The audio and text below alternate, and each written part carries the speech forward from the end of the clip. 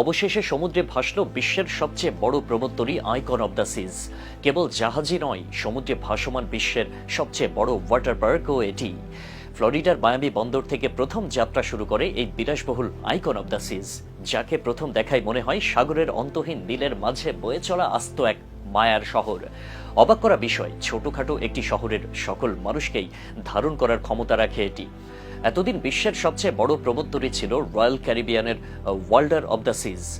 সেটিকে পেছনে ফেলে বিশ্বের সবচেয়ে বড় প্রমত্তরী হলো আইকন অব দ্য সিজ। কি নেই এই আইকন অব দ্য সিজে? চোখ ধাঁধানো এই প্রমত্তরী যেন বিনোদনের এক বিশাল জগৎ।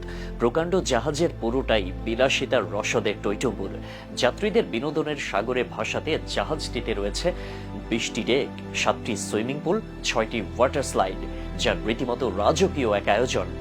এই আয়োজন যে কতটা রাজকীয় তার কিছুটা টের পাওয়া যায় প্রমত্তরীটির সবচেয়ে ওপরের ডেকে থাকা 40টির বেশি বার, রেস্তোরাঁ, লাউঞ্জ এবং বিনোদন স্থল দেখে।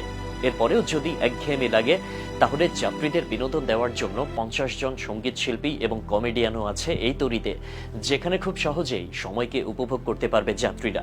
যাত্রীদের আলাদা মাত্রায় আনন্দিত করতে বিভিন্ন ক্যাটেগরির কয়েক ডজন কেবিন আছে আইকন অব দ্য সিজে, আর 70% কক্ষের সঙ্গেই আছে বারান্দা।